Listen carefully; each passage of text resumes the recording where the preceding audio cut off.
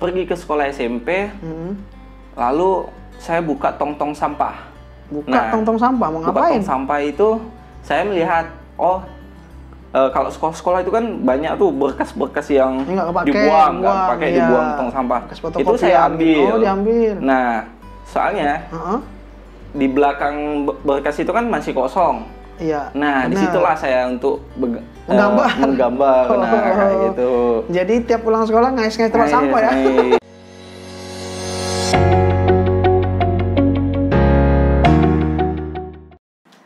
Assalamualaikum warahmatullahi wabarakatuh. Waalaikumsalam. Video kali ini kita akan bincang-bincang dengan founder T-Crab Studio, ya, Tri Wiranto.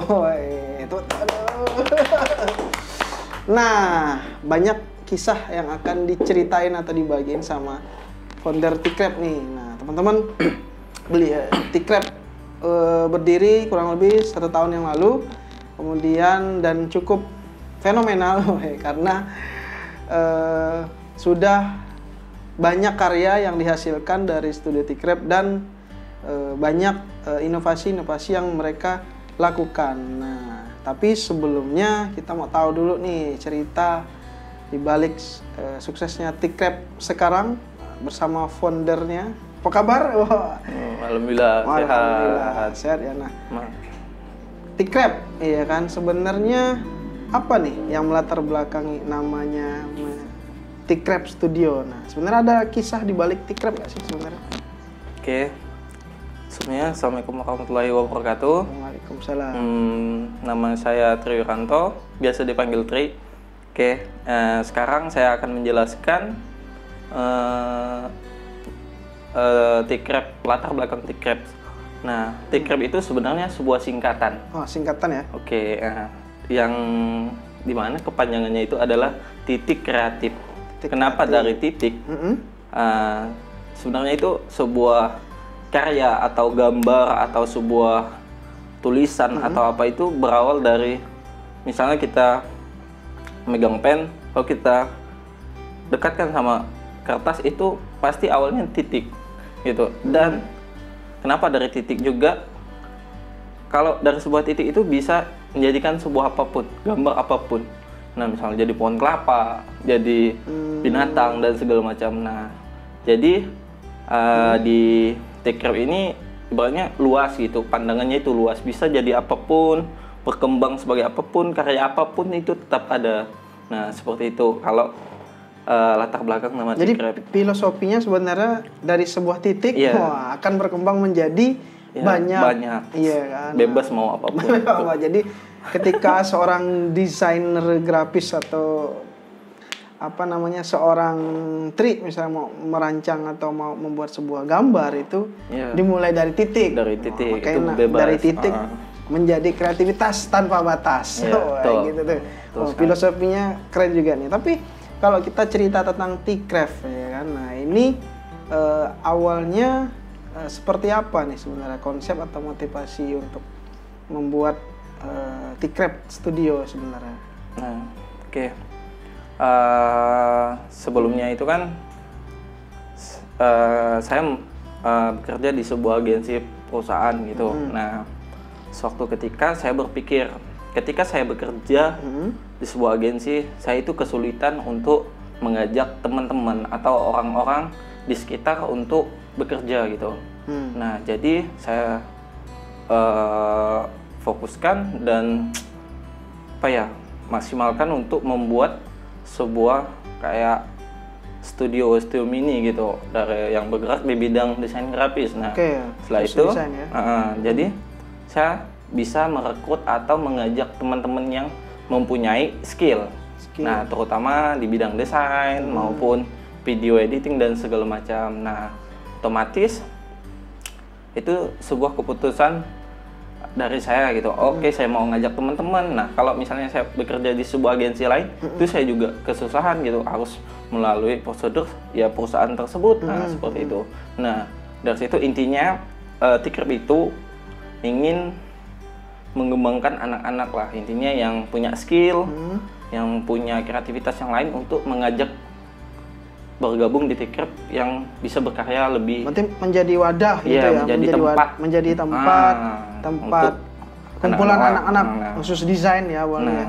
Yang punya bakat, minat, pokoknya desain kan cukup luas ya. Betul. Nah, jadi akhirnya dibuatlah Tikrep yang mungkin pada awalnya berapa orang nih yang ada di Tikrep nih? Nah, sebetulnya awalnya memang saya sendiri gitu. Nah, jadi sering waktu saya lihat di desa saya juga mempunyai potensi anak-anaknya, mempunyai skill tapi tidak ada yang mengarahkan. Jadi otomatis saya berpikir kenapa nggak direkrut aja anak-anaknya, diajak dan dikasih motivasi untuk berkembang, biar nambah skillnya dan mempunyai penghasilan juga, seperti itu. Dan alhamdulillah di pertama Tikrep itu sebenarnya awalnya Tikrep itu udah kumpul mereka dari kampung itu bergabung gitu dengan saya, itu baru terciptanya Tikrep gitu. Awalnya saya belum kepikiran, selama saya sendiri itu belum kepikiran namanya apa Tikrep. Tikrep itu belum kepikiran. Nah, setelah anak-anak kampung itu bergabung dengan saya, baru saya memikirkan kita ini harus mempunyai sebuah brand atau nama. Nah, seperti itu. Akhirnya jatuhlah namanya Tikrep. Nah, berapa orang nih sebenarnya pada saat yang dibentuk? Pas pertama masuk itu ada 3 orang. Satu itu tukang gambar. Tukang gambar ya? Iya, satunya itu dia suka kayak buat video-video di YouTube gitu, ngedit video. Terus saya arahin menjadi motion graphic karena saya lihat peluang di motion graphic itu sangat besar. Satunya itu yang ngedit vektor biasa. Nah, seperti jadi itu. Awalnya berempat berarti ya, 3 plus 1 jadi 4. Akhirnya dirikanlah sebuah studio Tikrep yang tujuannya adalah untuk memadai anak-anak dari kampung. Jadi bisa jadi Tikrep tuh anak-anak kampung atau anak-anak desa nih. Nah, tapi dari desa mana nih sebenarnya rata-rata nih teman-teman tuh? Nah, alhamdulillah Tikrep ini yang di awalnya itu memang satu desa dengan saya, yaitu Desa Selakau Tua, Kecamatan Selakau Timur, Kabupaten Sambas. Nah, jadi kalau ada yang dari Selakau Tua, Selakau Tua ya? Iya, Selakau Tua. Kabupaten Sambas. Nah, ini anak-anak kampung nih. Anak kampung menjadi desainer grafis bertaraf internasional. Nah, Tikrep Studio. Nah, kalau kita balik flashback nih ke sebenarnya cerita masa kecil founder Tikrep itu seperti apa sih akhirnya sampai sekarang bisa berkreasi dan berinovasi di ranah desain. Nah, sebenarnya seperti apa nih cerita masa kecilnya dulu nih sebenarnya? Nah sebenarnya masa kecil saya dengan masa sekarang itu tidak jauh berbeda. Tidak jauh berbeda ya? Iya, soalnya apa yang saya kerjakan sekarang, masa kecil itu udah saya kerjakan gitu. Contoh, saya desain grafis, ibarat jualan gambar. Nah, di masa kecil saya itu, saya juga menjual gambar gitu. Gambar tapi juga? Ya beda nilai gitu. Ya zaman dulu harganya cuma berapa, dibayar berapa. Yang digambar apa dulu nih? Yang digambar ya kartun-kartun yang disuka anak-anak. Di kertas? Di kertas. Dijual ke anak-anak ya senilai. Waktu saya SD itu 200 perak. Dari SD? Gambarnya dari SD nih? Kalau saya itu gambar itu dari kayaknya TK. Dari TK. Sekolah. Dari umur TK gitu sampai SD.